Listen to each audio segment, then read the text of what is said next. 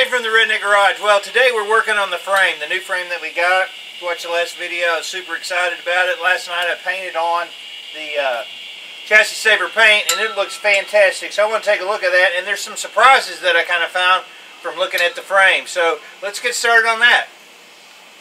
Frame looks absolutely freaking awesome. That black turned out nice. I'm just waiting for it to cure out before we put the bed liner coating on it. And I didn't miss many spots, maybe a few little bitty ones, but there was really very little rust on it. But there is a couple things that I did want to show you about the frame, which I thought was crazy. What I did want to show you is this. I washed the frame out yesterday, and if you look in there, you can see the water that's sitting inside the frame. Now if you were four-wheeling and washed it out, you'd have that water sitting in there. Now this doesn't have salt in it, which is really the biggest corrosive part, but you got to put a drain right here, and I'm going to do that right now, is drill a drain hole and see if that water is going to come out right here at the end of the shackle.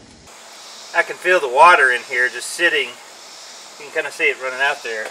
I'm going to put a drain hole right here in front of the shackle, and we'll see if anything comes out.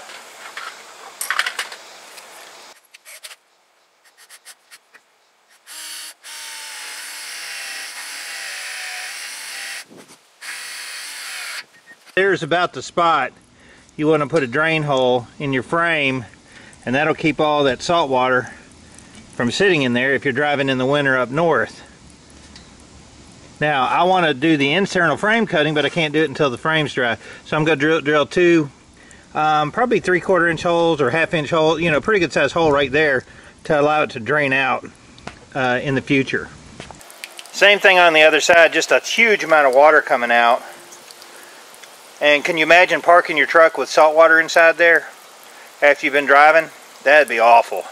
So we're going to let it drain out, and hopefully tonight we'll be able to do the internal frame coating. Okay, the internal frame coating that we're using is made by Eastwood, and it comes in two colors, black and green. Now I'm going to use green and black. I don't even care what color it is because we're going to be coating the frame. If you use the green, you will have to touch up your frame a lot of times because it'll come out of the holes. So the black one was manufactured for that. This one's actually, so I think this one's actually the green one.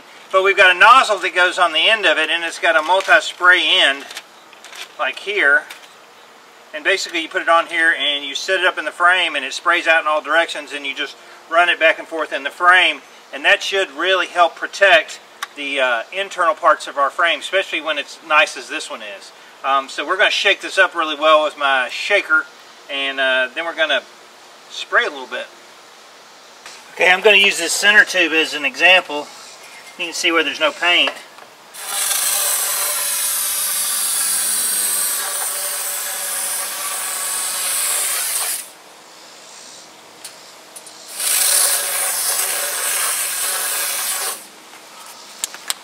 And it definitely is messy, but it definitely coats the crap out of it.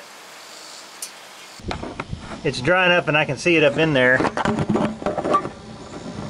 Try to show you on the inside of this tube. You can see that green, and it actually coated the whole thing.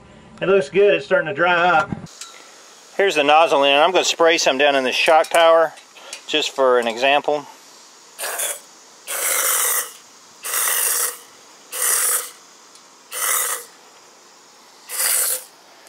Oh yeah, it really sprays up pretty good. It's a good stream. I'm going to let that dry, and then we'll take a closer look at it and see what it looks like on the internals. This is actually the black I'm spraying out, and where you really want to get it is right in the shackle area where that water was. You want to get that really coated well to rust proof it and protect it from water if it gets in there or whatever.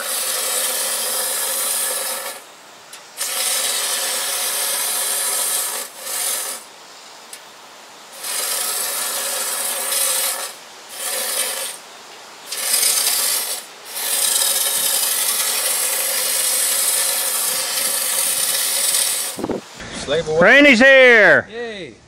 That's not very exciting. Act excited. Wait a minute. Hang on. Get ready. Randy's here! Hey! That's better. All right. Return to the Redneck Garage. That's right. We're looking at the frame. Wow, looking great. What do you think? That looks like a different frame than yesterday. Yes, it looks much better, I think. Yeah. This stuff is really messy. I sprayed up inside here underneath this plate where these two pieces go, because this is like a wiffle plate and water can sit up in there a little bit. And that looks good. So the frame internally is coated. Awesome. Alright, so basically what did we learn today? Well, you learned that you needed a drain hole up in that front because that water will just sit there. Not as much in the back. I didn't notice it as much in the rear as I did the front. It dried out up there. But in the front, man, it just puddles right there and there's nowhere for it to go because of the way the frame kind of goes down and then up. I don't know. Those two drain holes, it drained right out and dried up, so I was happy with that. The Eastwood internal frame coating was really super good. It is messy as far as like your frame. You're going to get some spray on the outside. That's why I wanted to do it before we did the bed liner, because otherwise I'd be having to touch that up. So that's awesome. Should be able to start moving stuff off of the old frame.